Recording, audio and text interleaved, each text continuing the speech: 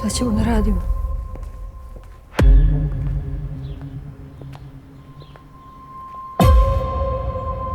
Branko je sunce. I čuvaj ga.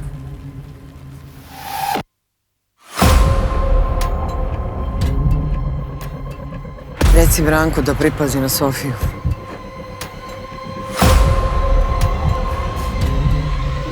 Izgleda da je provalila, da se ne bavi baš tako legalnim poslom.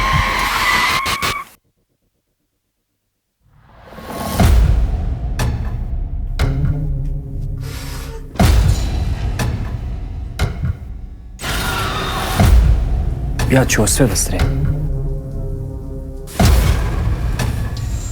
A ljubavi.